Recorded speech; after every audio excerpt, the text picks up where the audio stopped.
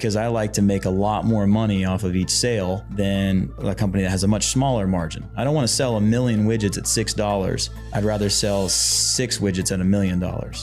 And I'd like to take home 30-40% of that total revenue as my profit. You can go after just one big whale deal that makes, $1 million of cash flow a month, and it's going to take a lot more effort to get it and it takes time to close it. And that's some people's buy box. They're going after that one big deal and they can retire on it and never touch it again. You got to look at it and say, what's that sweet spot for when I know I'm going to crush it? That's what I look for. So like my consulting for equity buy box is pretty simple. I call it the Fab Five.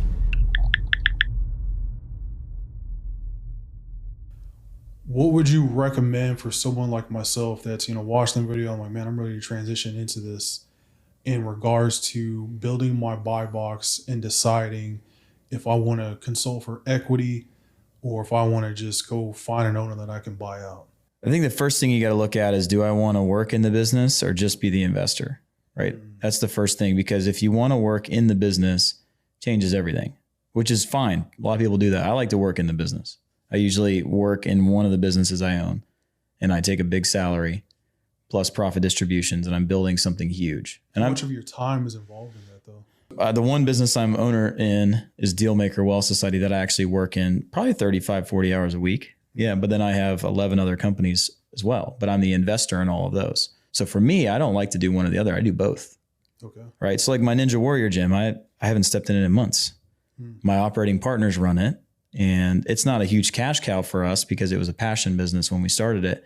But that's a business I'm the owner investor in. I don't have to really do anything. Right. And then our real estate team, very different story. It was cash flowing and I don't have to do anything for that either. An hour a month. And then some of our other businesses that run themselves, I can be in it for an hour or two a week or an hour or two a month and just be the investor and it cash flows as well. Right. So I think you can do both. So that's one of the biggest things I said earlier. Don't put yourself in a box. Right. Look at every opportunity as an opportunity, right? So say you're looking at a property and as a real estate person, real estate investor, you've got a lot of tricks up your sleeve. You can wholesale it. You can buy it and rent it. You can buy and flip. You can potentially help them with like a sub 2 type deal. I like to think about that same Renaissance real estate investor and do the same thing inside a business. When you see the good opportunity, you can look at it and say, wow, I could do a wholesale deal here. I could buy it and take it over myself, run it for a couple of months, put it in a new operator and step away and let it make me cash flow.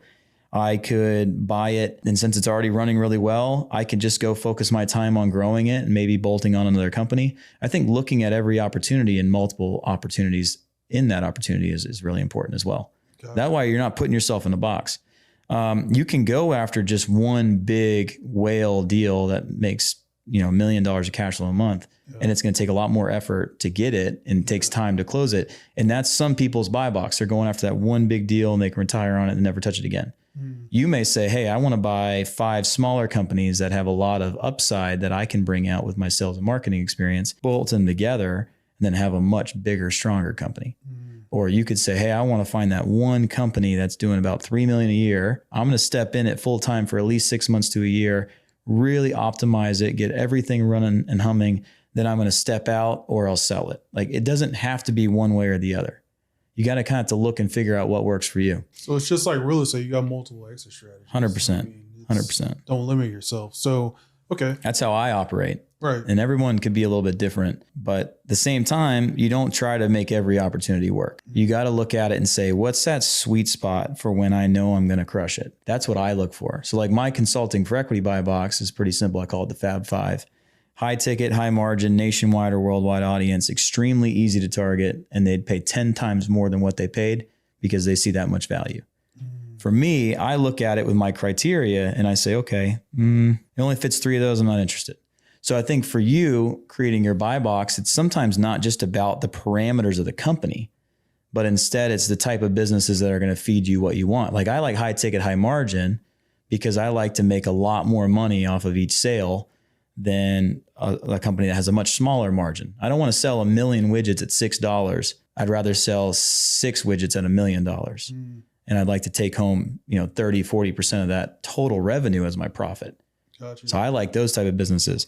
Extremely easy to target. That's just because I, as a marketer, I don't want to fight and try to target a real small audience because it's expensive and it's harder to get to them.